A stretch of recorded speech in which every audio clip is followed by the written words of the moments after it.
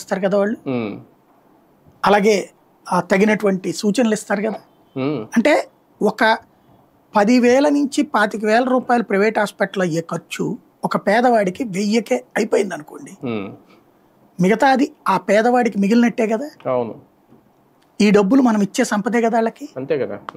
ఎందుకు ఈ రూట్లో ఆలోచించట్లేదు? ఎంత లాభం ఆ కుటుంబానికి, పేదలకి?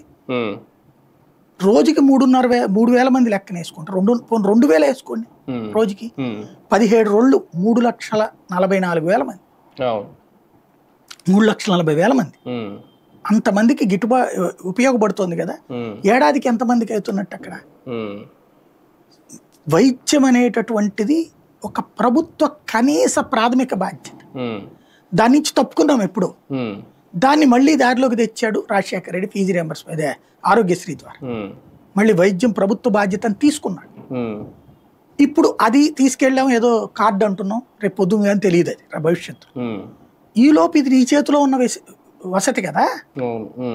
ఒక ప్రాంతంలో ఒక మెడికల్ కాలేజీ, ఒక హాస్పిటల్ వస్తే ఆ మెడికల్ కాలేజీలో ఉన్న స్టూడెంట్స్ చుట్టూ ఎంత బిజినెస్ నడుచుద్ది.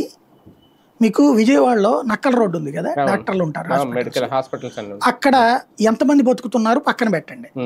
అక్కడే ఈ బ్యాంకింగ్ ఎగ్జామ్స్ పెడతారు, దానికోసం దాదాపుగా ఒక 10,000 మంది కోచింగ్ తీసుకుంటారు. వాళ్ళ వలన ఆ చుట్టుపక్కల ఒక్క బిల్డింగ్ ఖాళీ లేదండి.